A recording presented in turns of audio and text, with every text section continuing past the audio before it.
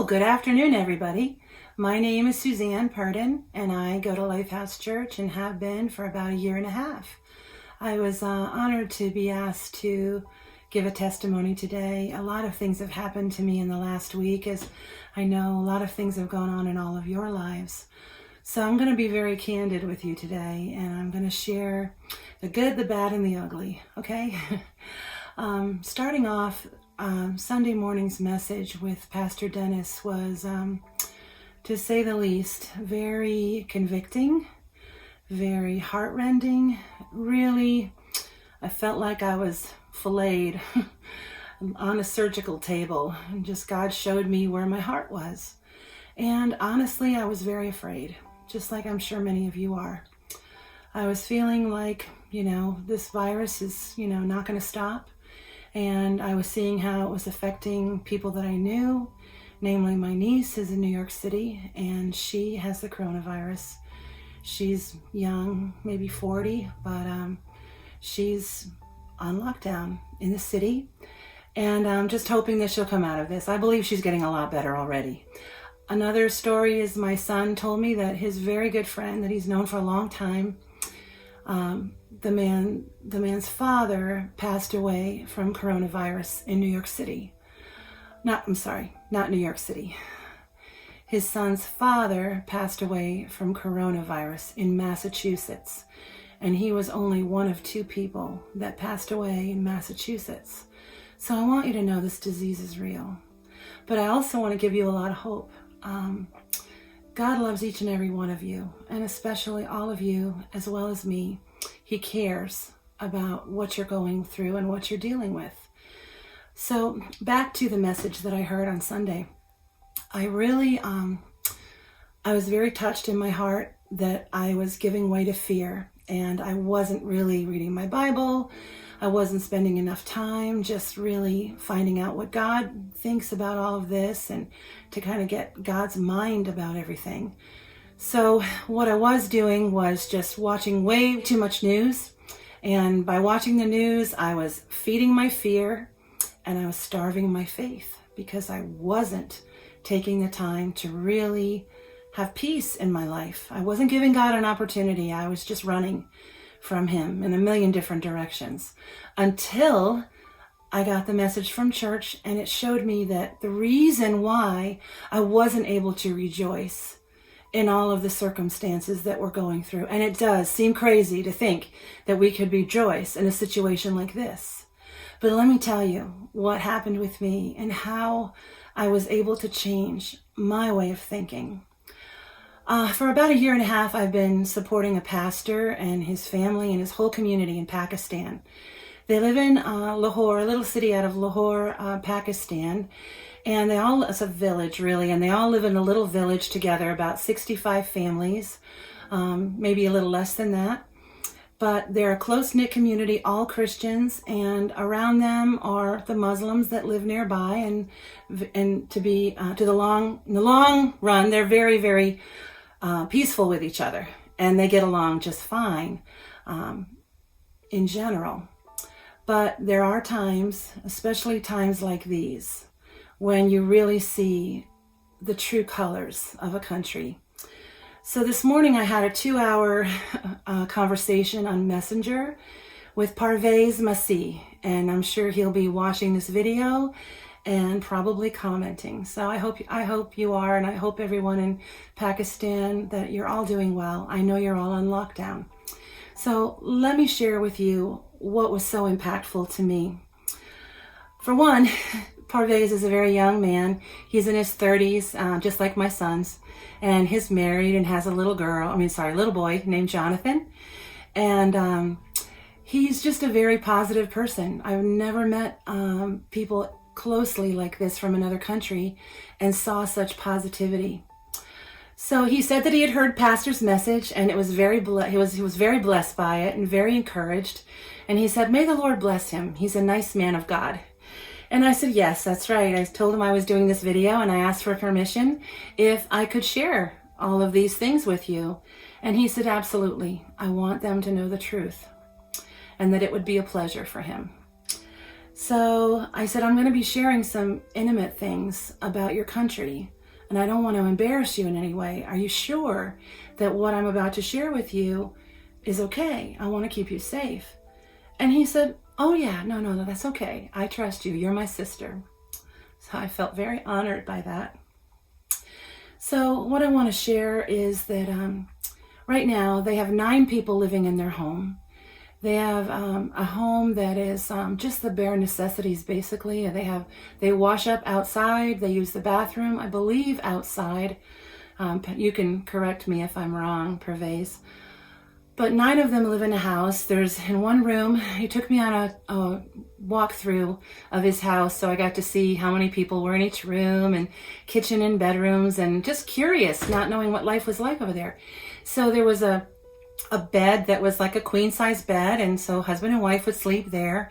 And then around the bed there were like 3 other twin size beds, and the walls were totally utilized as book storage. And just they had a voracious desire to read, so there were books everywhere. And the children just slept all the way wherever they could find a spot in a bed, thankfully, all around the room. And I was just amazed looking at this. How could these people get along? Being, all these people, let's see, there were 3 twin beds that I remember seeing, and then a queen size bed. So that's 5 people in one room. And it wasn't a very big room, maybe 15 by 20 or 15 by 15. Can't tell you the exact measurements. I'm just getting it from the video I saw. So they're all in this house. They're all under lockdown. There are guards outside, and police guards and army guards armed. And many of these people are very poor. They're in a real deep poverty where they don't have enough food to not even get them through the next week. It's a very poor community, and they're doing everything they can to stay together, to help each other. So he is in his home, and I said, Parvez, I said, how are you and Rafia and Jonathan, their little baby, and your parents? I know your parents are living with you, and your sister-in-law, Alishba, who's a missionary there, she's probably living with you too. So you're all together to help each other and encourage each other, which I think is great. But you're all on lockdown. Do you have enough food? And he said, well, the positive man that he is, he says, well, we're doing okay. He's very concerned about the poor people in the community, and he's always feeding them. He's always bringing food to them before any of this happened. So I said, Pervez, what can you tell me? Just give me an idea. Okay, say, you had $100, which is really tough to have that much money, American dollars, in Pakistan. So I said, if you had $100, how long would that feed your family of 9 people? And he said, $100. Wow, that would be about 3 weeks of food. I was stunned. I know they eat a lot of rice, but that's a lot of rice. It's not just rice. So they love fruit, and they eat very simply. Nothing extravagant over there. So I was very humbled by that, because here I'm having a hard time finding toilet paper in the store, as you all know. And not only that, I just can't seem to get groceries. At first I was going from store to store to store. I said, this has got to stop. I can't do this. So finally I found an app called Instacart, and I've been ordering my groceries today. They're going to be my first delivery. So I'm very happy about that. But so we're arguing over here over toilet paper, and they're trying to find out where their next meal is going to come from. So humbling. So that God used their situation to bring a very deep thankfulness in my heart about how good we have it here in the U.S. We have a government that's supporting them. He told me this morning that's going to support us, is going to help us the best that they can. As much as many of us feel it's not very much, it's very little. But he told me he was very excited at the beginning of our conversation. He said, guess what? He said, government's going to be giving us $20 for every family in food bags. And I thought, well, that's what they consider like a food pantry donation. It's really only like 1 or 2 bags, mostly rice, of food for your family. And I said, well, really? I said, how long is that going to feed your family for? And it's really only going to feed them for a couple of days. And 9 people. I can't imagine that would last very long. So he was very happy about that. He says, oh, this is really going to help the poor people here. And, there are rich people in Pakistan too, and they have a heart for the Pakistani people. So I just pray that God will put it on their hearts and that they'll be motivated to share what they have. I said, oh, okay. But they're on lockdown. They can't get out of their house and give any food to you or anybody in your village. They're in the city and you're in the village. It's a far distance away. So through some channels, I made sure that they had that $100. And so they have 3 weeks of food and they're hunkered down and they're safe. And they're all together, encouraging one another. When they struggle, they pray together. When they argue, they have to work it out because they're all there together and they're all in this together, just as we are here in the U.S. We're all in this together. So we have to learn to get along, right? Take a lesson from those in Pakistan. So anyway, I got to get back to my story. So they do distribute food to both Muslims and Christians, so they don't discriminate. And I said, tell us, what it's like. What are your challenges? What kind of stress are you going through in those cramped living spaces? Are you fearful? What are you feeling? And honestly, he is so positive. He looks at the positive all the time. He just says, well, we're just going to do what we can. But then I said, well, what about the poor people outside of your village or in the village that you can't leave your home because if you do, you'll be arrested if you try to feed them. So what about them? And he said, well, many of them are going to die. Many of them are just not going to make it. They're elderly. They can't leave their home. They're going to be trapped. And I lost it. I just lost it. And Pervez has a government job. His government job, he works for the city of Lahore, and he works at the college. So there's no college going on.